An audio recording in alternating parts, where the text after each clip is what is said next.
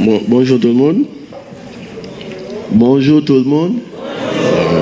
Je vais vous entendre dormir. Hein? Bon, je vais vous entretenir sur un sujet très important, mais en même temps sur un sujet qui demande aux responsables de ressources humaines de mettre en avant donc, une caractéristique fondamentale de la fonction. Donc, c'est la caractéristique P. Présence performance, mais c'est parce que la présence du fonctionnaire sur le lieu de travail a un lien avec la rémunération. Donc, il faut essayer de comprendre, essayer de maîtriser l'ensemble des paramètres qui pourraient empêcher aux fonctionnaires de n'être pas présents. Donc, on va essayer de maîtriser l'ensemble, on va voir ces paramètres, mais on ne va pas tout voir, on va essayer de voir deux aspects seulement, deux droits que le fonctionnaire, donc normalement, il doit exercer, mais l'exercice de ces droits-là, ça peut avoir des conséquences sur le temps de travail. Donc, c'est pourquoi il faut essayer de maîtriser cette situation-là. Bon, parce que lorsque le fonctionnaire n'est pas présent, donc ça peut avoir des conséquences sur la rémunération. Et c'est normal. Parce que dans la fonction publique, vous êtes payé pour le service fait. Et c'est un principe fondamental. Vous n'êtes pas payé parce que vous êtes fonctionnaire, mais vous êtes payé parce que vous avez fourni un service à l'administration. Donc il y a donc le principe du service fait. Le principe du service fait, c'est repris par le statut général, article 160, donc où il est dit l'État veille à ce que le fonctionnaire puisse avoir droit, après service fait, à un salaire ou traitement dans les conditions que vous connaissez. Donc c'est après service fait. Et c'est pourquoi lorsque le service n'est pas fourni, on peut prendre des sanctions, retenue du salaire, etc. Donc le fonctionnaire doit offrir un service. Mais de là aussi découle l'obligation d'être à son poste et de justifier sa présence. Ce n'est pas uniquement d'être à son poste. Et des fois, on peut être présent et absent à la fois. Donc, il faut être présent. Dans la présence, aujourd'hui, on a les nouvelles technologies qui nous permettent de mettre en place des mécanismes modernes pour pouvoir justifier la présence. Mais aussi, il faut justifier la performance, ce que vous faites.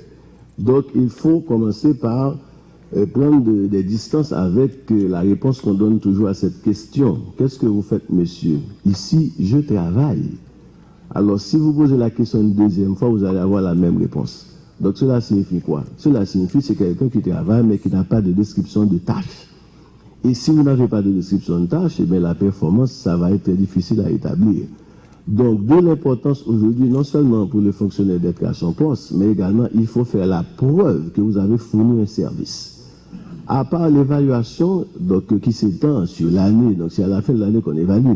Mais il y a un autre moyen de savoir, de vérifier, de justifier que quelqu'un, dans son poste de travail, a fait quelque chose. Dans les organisations internationales, organisations non gouvernementales, etc., donc pour pouvoir avoir droit au chèque, il faut un rapport mensuel.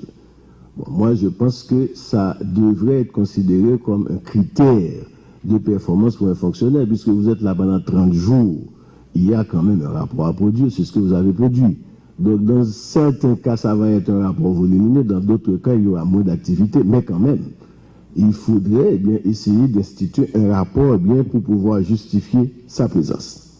Que l'intérêt de l'ensemble de la collectivité. Donc, c'est la raison pour laquelle vous faites la grève. Il faut mettre en place une cellule d'urgence, parce qu'il ne faut pas laisser mourir des gens, il faut un service minimum. L'université est en grève et vous constatez il y a des détritus partout et puis dans ces conditions-là, il y a des profs qui viennent de faire les cours, c'est pas normal. Donc lorsque vous faites la grève, ça ne vous empêche pas de nettoyer les lieux. Donc la propreté de l'espace, ça vous appartient aussi. Donc on peut faire la grève, on est sur les lieux du travail, on ne travaille pas, on comprend. Mais quand même la propreté des lieux, donc je pense qu'à ce niveau, il ne devrait pas avoir de négociation. À part la mise en place de la cellule d'urgence, mais par rapport au principe que je viens de mentionner, l'administration vous paye pour le service fait. Autrement dit, lorsque vous faites la grève, vous ne serez pas payé pour les jours pendant lesquels vous avez fait la grève. Puisque lorsque vous faites la grève, le service n'a pas été fourni. Or, vous êtes payé pour le service fait.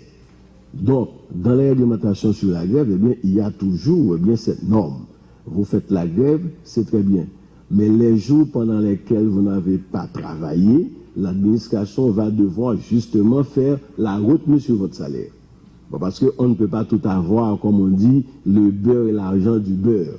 Donc il faut une réglementation qui fixe bien les limites pour tout le monde, d'où la nécessité pour les directions de ressources humaines, mais justement de prêter attention, de commencer bien à se préparer, puisque tout ce que je dis là, c'est une évidence qui va arriver.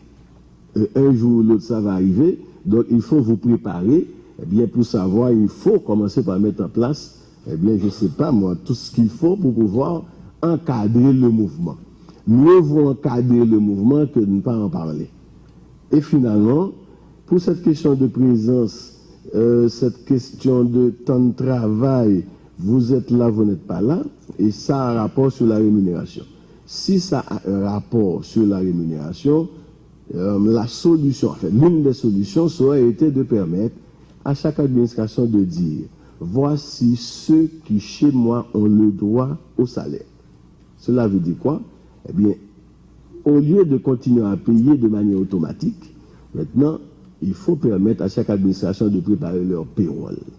Puisque chez moi, eh bien, j'ai le fingerprint, par exemple, pour contrôler les présences.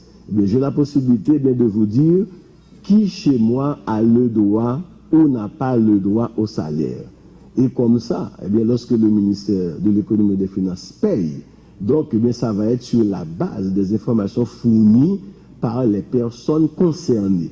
Donc, un ministère, il y a une direction des ressources humaines, donc vous êtes là, les gens sont là, vous avez la possibilité de contrôler les présences et vous avez aussi la possibilité de contrôler les mouvements dans le personnel.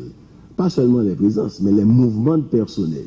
Puis, par exemple, quelqu'un qui a démissionné, ça fait longtemps, donc le ministère des Finances ne peut pas savoir si quelqu'un a démissionné, si au niveau du ministère sectoriel, on n'envoie pas une note pour dire telle personne a démissionné.